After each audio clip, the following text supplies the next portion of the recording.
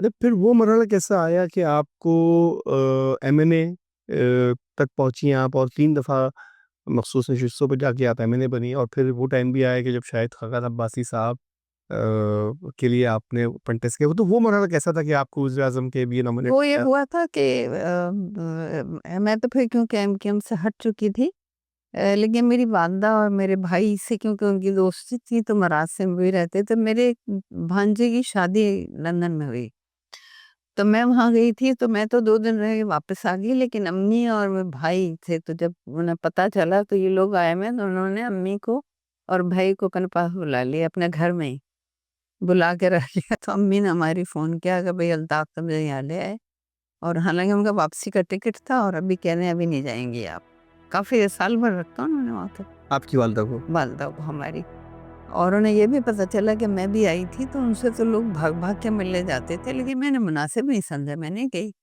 تو امی ہماری رہیں، لیکن امی کے 2-3 مہینے کے بعد فون آنا شروع ہوئے کہ بھئی وہ مجھے نہیں آنے دے رہے بالکل۔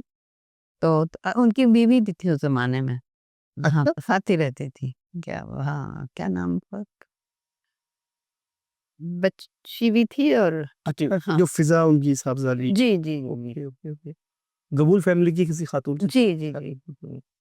تو وہ امی فون کرتی رہی کہ بھئی تم آ جاؤ، تم چکر لگا لو۔ میں نے کہا نہیں ابھی میرا تو کام ہے بہت، میں نہیں آ رہی، لیکن کافی اصرار کیا کہ نہیں تمہیں لینے آنا پڑے گا، تو شاید مجھے جانے کا وہ مل جاؤ، اور آپ ملنا چاہ رہے ہیں تم سے، بار بار بتاتی نہیں وہ۔ تو میں پھر جب لینے گئی تو میں نے کہا کہ میں وہاں ٹھہروں گی نہیں، اور ان کے گھر پہ تھی میری دوست تھی ایک وہاں بہت اچھی، میں نے اس کو فون کیا کہ میں آ رہی ہوں، لیکن جب میں پہنچی تو میری دوست آئی بھی تھی لینے کے لیے، لیکن پہچان گئی میں لوگوں کو، وہ ہمارے ہی لوگ تھے وہاں کے لندن کے، وہ ایئرپورٹ پہ آئے ہوئے تھے۔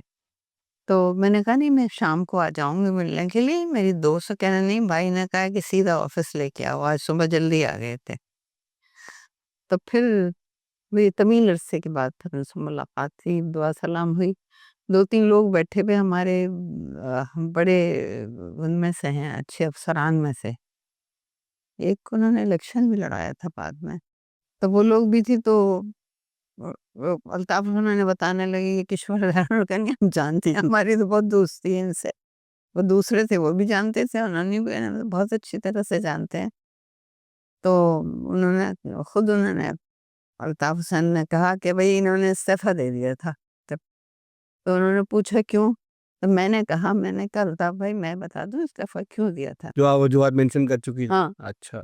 کہ نہیں بالکل نہیں بیٹھے، پھر ٹل گئی بات، دعا سلام ہوتا رہا، پھر انہوں نے اس کے 2-3 گھنٹے کے بعد ایک جگہ کوئی گھر خریدا تھا ان لوگوں نے، اور اس کا افتتاح ہونا تھا، تو سب نے کہا کہ آپ بھی وہاں پہ چلیے، تو پھر ایک لے کے گئے ہمیں۔ اس زمانے میں انور اور دوسرے، اور محمد انور ہوتے تھے؟ محمد انور دوسرے نام میں وہ بھی تھے، ہاں بالکل۔ ہاں وہ لوگ بھی تھے سب، اور لے کے گئے، ایک گھر تھا، پھر اس کا ربن وغیرہ کٹا، پھر سب بہت سجا ہوا تھا، تو پتہ چلا کہ یہ افضا کے لیے ہے یا کیا، کچھ اس قسم کی چیز تھی۔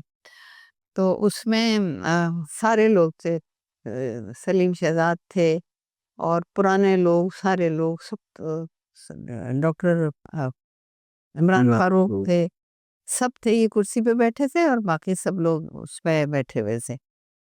تو مجھ سے انہوں نے پوچھا الطاف حسین نے کہ آپ کچھ اکیلے بات کرنا چاہتی ہیں؟ میں نے کہا جی۔ تو پھر سب سے کہا آپ لوگ بیٹھے، میں آ رہا ہوں، اور اسی بالکل برابر ہی کمرہ تھا، تو اس میں بیٹھے سامنے، کہنے کہی، میں نے کہا اب یہ بتائیے کہ زرین مجید کے شوہر جب شدید بیمار ہوئے ہاسپٹل میں، اور جب انتقال ہوا تو یہ مسئلہ تھا کہ جنازہ اٹھانے کے لیے لوگ نہیں تھے، وہ آپ کی کارکن تھی، چیئرمین تھی، ہاں۔ میں نے کہا آپ کے خوف سے جنازہ اٹھانا مشکل ہو گیا۔ پھر میں نے کہا کہ اس کی والدہ کا انتقال ہوا عامر خان کی، وہاں بھی والدہ، وہاں بھی ایسے ہی تھا کہ جنازہ اٹھانے والا نہیں تھا کوئی، اور سب سے برا یہ ہوا کہ آفاق کے گھر کو جب توڑا پھوڑا، اور جب وہاں پہ ٹی وی اٹھا کے باہر پھینکا، اور اتنا ہنگامہ ہوا تو وہ سارا سلیم شہزاد کی حکم تو ہو رہا تھا، اور میں نے کہا اسی پارٹی کے آدمی کے حکم سے ہو رہا تھا جنہیں آپ شیر کہتے تھے، محفلوں میں دونوں کو کھڑا کر کے شیر کہتے تھے۔ عامر خان کے گھر میں آگ لگائی گئی تو وہ تو لاپتہ ہو گئے تھے، لیکن بیوی نے گھبرا کے فون کیا کہ آگ اوپر تک آ رہی ہے، بچے میں کیا کروں؟ تو میں نے وہاں کے محلے کے لوگوں کو دوڑایا کہ بچوں کو نکالو باہر وہاں سے جا کے۔ تو اتنا تکلیف کا وقت، یہ سب کیا ہے؟